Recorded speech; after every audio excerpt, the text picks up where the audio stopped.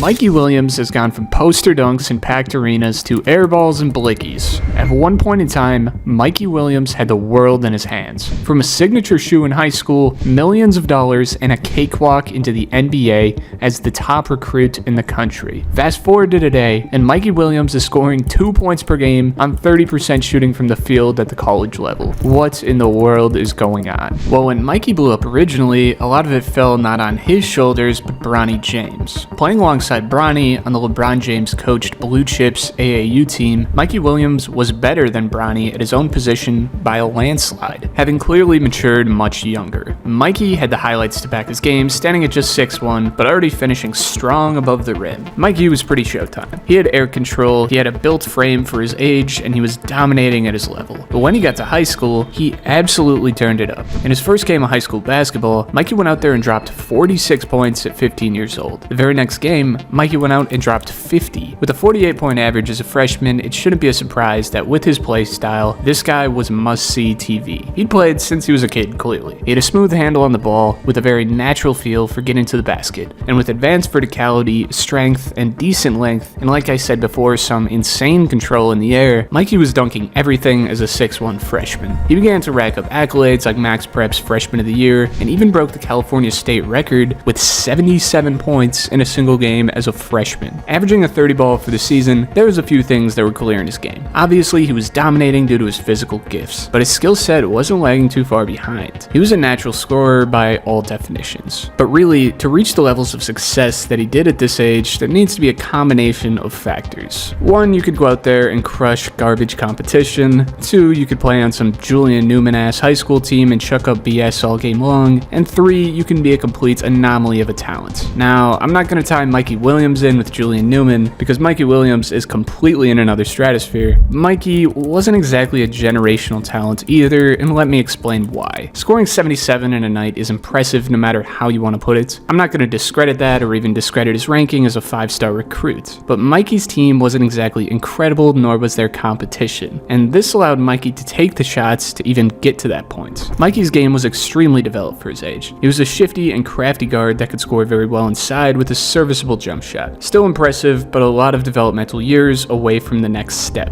Mikey at times was playing a lot of ugly basketball, which is a lot like Julius Randle on my Minnesota Timberwolves. But now that he's on the bench, I've been looking to find some deals to get down to the Target Center and see the Ant-Man go crazy, which is why I want to give the sponsor of today's video, SeatGeek, a huge shout out. With over 28 million downloads, SeatGeek is the #1 rated ticketing app.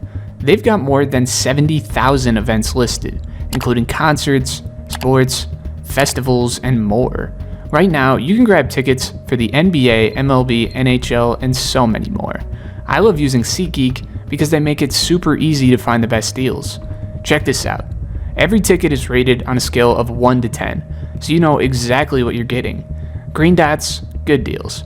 Red dots, not so good. And every ticket is backed by their buyer guarantee, so there's no risk. And you know I came through for you guys. Use code SWISH10 for 10% off any tickets at SeatGeek. Just click the link in the description, download the app, and the code will automatically be added onto your account. Huge thanks to SeatGeek for sponsoring today's video. After harsh COVID protocols in his home state of California, Mikey bounced to play alongside better competition at Lake Norman Christian alongside other Division I talent. As you can expect, Williams saw a statistical decline from nearly 30 points per game down to 21, as with more talent around him, he was playing closer to what you'd expect a 5-star system to look like. But even at that, there was nothing usual about Mikey Williams. His fame was absolutely skyrocketing, reaching a combined 5 million followers across TikTok and Instagram. Every time Williams played at a tournament or showcase, there were insane crowds. Grown adults screaming for pictures and autographs, said former coach Patrick McCarthy. McCarthy remembers Williams trying to accommodate his fans whenever possible, but sometimes the crowds were too big and he had to sneak out the back door. We had to get him different protocols so he could even make it to the car, said McCarthy. Mikey was close to a mainstream celebrity. He was getting security protection to play high school basketball games, hanging out with Drake and NBA YoungBoy boy, all while being one of the originators to take NIL money to its absolute limit, presumably cashing out to the tune of millions of dollars.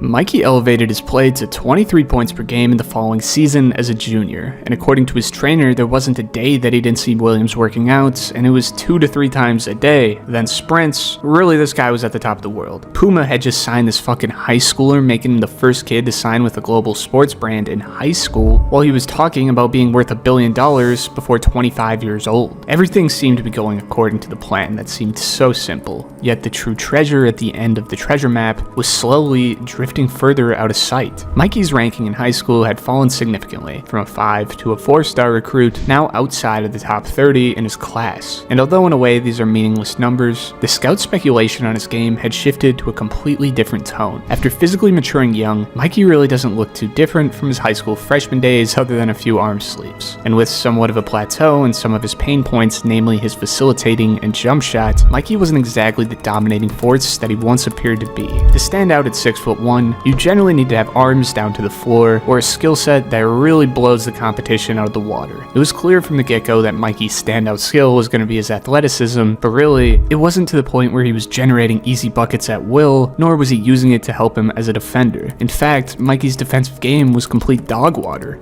Upon returning to San Diego for his senior season to the same team he started his high school career at, Williams had a bit of a disappointing season at 23 points per game. Really, I don't think this was the worst season in the world, given that he was throwing out 9 assists a night, and at least trying to improve in an area that was shaky for him, but on the defensive side of the ball, you really did not see that same effort. Local team Carlsbad High School had reportedly studied some film prior to their matchup, where the whole team would laugh at the lack of defensive effort coming from Mikey, and upon matching up with him, Carlsbad was able to generate plenty of offense by targeting Williams specifically, where he was easy to catch flat-footed. The Carlsbad head coach summed it up perfectly, saying it felt like he was kind of just going through the motions. It felt like he was into his persona more than he was into the actual season. From 5 to 4-star, and from the best 14-year-old in the country to the 30th ranked player in his class, Mikey had taken a severe hit in terms of his recruiting perception. Did it matter for say? No. He could still play for any school in the country, but it's notable the way that he matched up with his competition was nowhere near it once was. The lack of effort defensively was a terrible look, that's for sure. And to crack an NBA roster someday, which I'd assume is and always has been the goal, that's not exactly an option. It's unfortunate that Mikey didn't really grow at all. He peaked early and stayed around the same size. To say that he didn't work hard or something like that is probably incorrect. I'm sure that at the end of the day, this kid still loves basketball a lot, even if not as pure of a love as it was before the money and fame. But after the money and after the fame, it became apparent that he felt more comfortable slacking a bit. I mean, I can't blame him. If I'm 17 with more money than any of the parents in the stands, that's an experience that really nobody has ever experienced. And coming from living in a small apartment to assumably living where he pleased is going to do a ton to a kid who didn't have a chance to grow up. Despite the statistical regression, Mikey still had the ball in his court in terms of college selections. He had offers from schools like Arizona, but likely to have a chance to play under coach Penny Hardaway, Mikey took his talents to Memphis. Up to this point, it was really up to him to turn around the trajectory of his career while he was still alive. But at this point is where Mikey made the decision that buried his future severely. Mikey found himself in serious legal trouble, facing 9 felony gun charges after allegedly firing shots at trespassers on his property. According to the county sheriff's department, the incident unfolded after guests at his house were asked to leave, sparking a heated argument. Enraged by their unexpected presence, Mikey allegedly threatened to shoot them. As they drove away, he reportedly fired a handgun at their vehicle, shattering the rear windshield and damaging the trunk.